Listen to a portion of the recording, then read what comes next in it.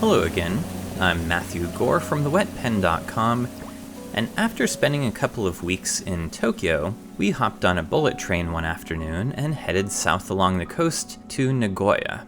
The bullet train was a lot more like flying than a standard train, and it was fast enough to be a quick trip. Nagoya was a welcome change from the clean and elegant streets of Tokyo. It felt like a bit more of a gritty, blue-collar city, as if I had taken the train from Seattle down to Tacoma. As usual, I set out on foot to explore the shops and side streets, and eventually I found the Penland Cafe.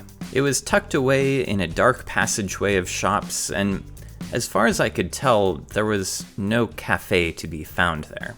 There were lots of pens, and right next to the checkout counter, they had 21 exclusive Sailor inks in vase bottles, with another 4 more on the back wall. If I had been by myself, I might have spent some time going through all of the inks and samples and deciding on the best or most interesting. But as it was dinner time, and I saw this box. And some of the fish on it looked like eels, and I had eaten eel for lunch in Tokyo earlier that day, and I just grabbed it and I went off to find dinner. This was probably the worst ink choice that I made on the trip because they had plenty of interesting inks, and I'm not really a fan of light blue, but there it is.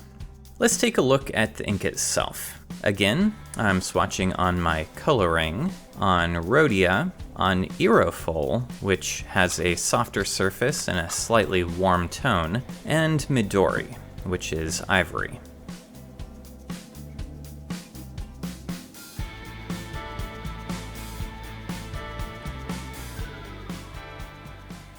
This is a light sky blue. Actually, it's a very clean, pretty color. I like it.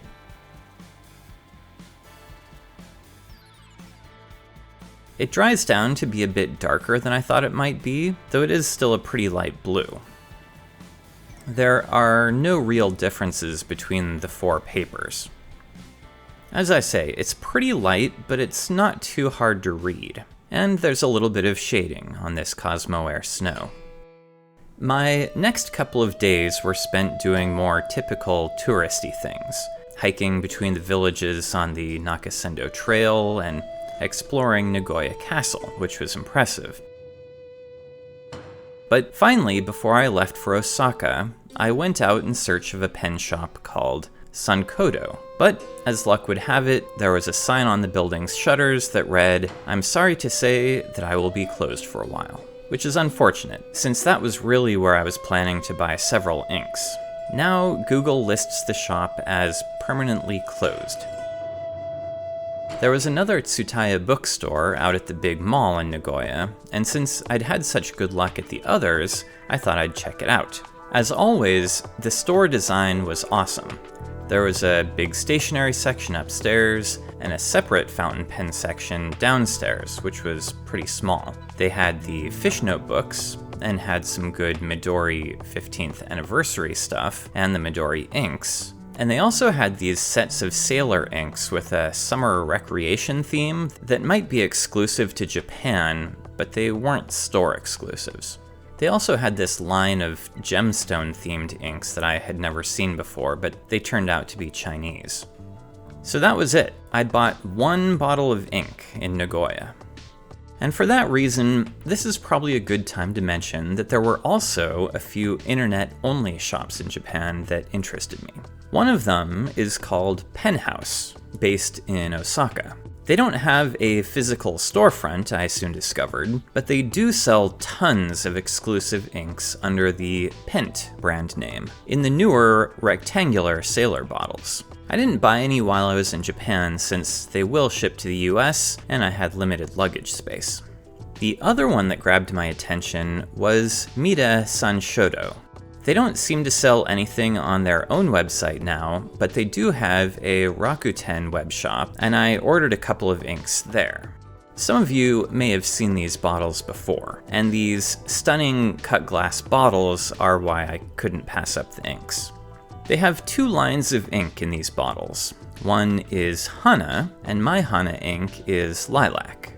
These are also scented, so this one has the wonderful sweet smell of lilacs. The other line is Sumi, which are dye inks named after the traditional carbon black calligraphy ink. The Sumi inks are all very dark, nearly black, in keeping with the Sumi namesake, but when brushed with water, the different colors are supposed to show through. I actually thought that I had ordered the green, but it looks like I have purple, which I'm just as happy with. This one is called Gyako Purple. The inks in these bottles are made by Kuretake, developed in conjunction with Mita-Sanshodo, who designed the cut glass bottles. So let's take a look at these two, starting with the lilac.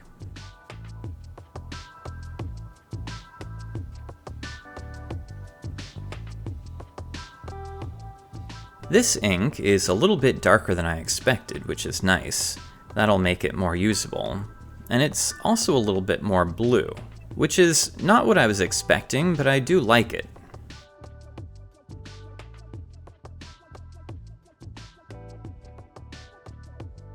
The color is very similar across all of the papers, with no sheen. When I write with it, I think it looks even more blue, but it's a really nice and smooth ink. It must be lubricated somehow.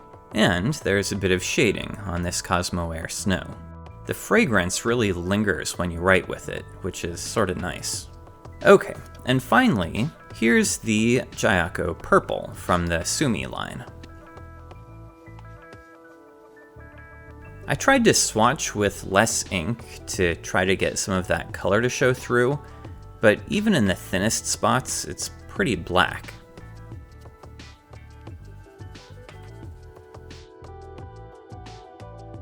What I wasn't expecting was all of this golden, well, more of a bronze sheen.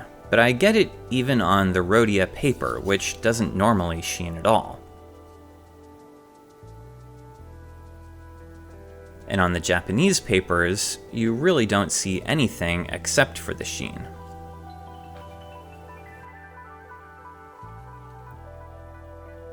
I decided to take a moment to see how the ink's color would come out with a little bit of water on some hot press watercolor paper.